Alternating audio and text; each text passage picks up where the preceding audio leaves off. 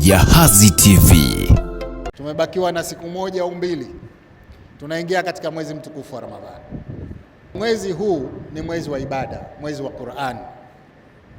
Ni vyema basi tufanye ibada kwa wingi, ni vyema misikiti ijae, na kwa bahati mbaya sana isije mwanzo wa Ramadhani mwisho ikawa mitupu. Kule mwisho kule ndio kuna fadhila zaidi.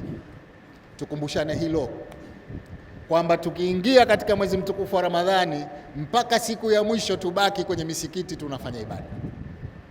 Lakini vile vile ndani ya mwezi mtukufu wa Ramadhani tunahitaji kuhurumiana.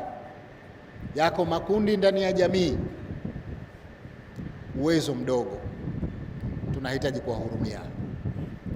Kama hayo makundi niliyoyataja na mengine, wengine hawana tatizo la ulemavu wala uyatima wala ujane, lakini hawana uwezo.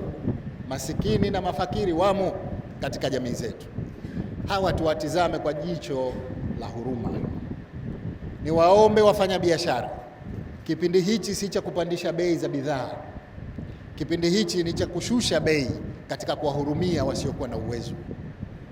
Kwa hivyo katika hili tuendelee kukumbushana, bei za bidhaa zisipande kwa sababu tu ati Ramadhani imeingia. Hiyo itakuwa ni kwenda kinyume na maagizo ya Mola wetu. Jahazi TV.